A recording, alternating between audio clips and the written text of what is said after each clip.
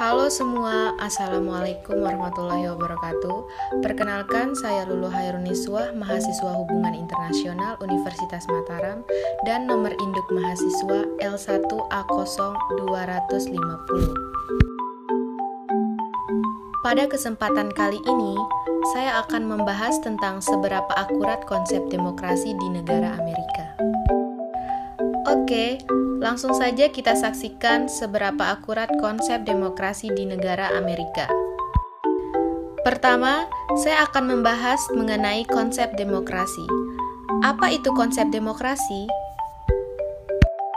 Konsep demokrasi bukanlah hal yang baru. Bisa dikatakan bahwa konsep ini telah menjadi konsumsi publik sehari-hari layaknya kebutuhan primer. Demokrasi menjadi kata kunci untuk sebuah peranata dan peradaban sosial yang mapan.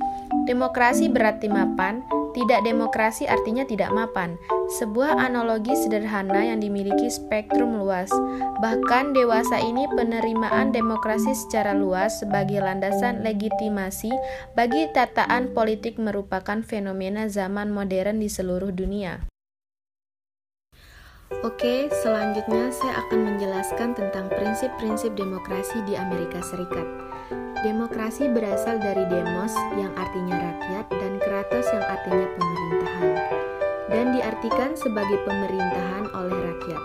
Pertama kali diciptakan di Yunani kuno 2500 tahun yang lalu. Lambat laun praktek demokrasi tersebut berkembang dan dewasa ini telah mencakup setiap benua dan bagian terbesar di umat manusia. Prinsip-prinsip demokrasi di Amerika Serikat dibagi menjadi 3, yaitu 1. Kedaulatan rakyat dan pemerintah yang demokratis. 2. Kebebasan dan egalitarianisme. 3. Islam dan demokrasi. Memberikan batasan yang mutlak pada demokrasi tidak mudah. Beragam pendapat muncul dan mewarnai praktek demokrasi. Ada yang disebut demokrasi liberal, demokrasi parlementer, demokrasi Pancasila, demokrasi terpimpin, demokrasi konstitusional, dan sebagainya.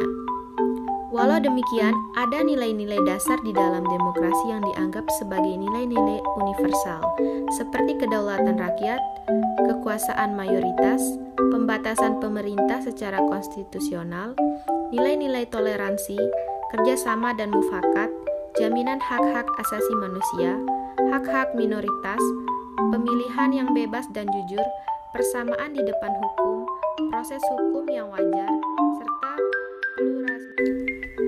Amerika Serikat adalah sebuah republik konstitusional federal di mana presiden, kepala negara dan kepala pemerintahan, kongres, dan lembaga-lembaga peradilan berbagai kekuasaan yang melekat pada pemerintahan nasional, dan pemerintahan federal berbagai kedaulatan dan pemerintahan negara bagian.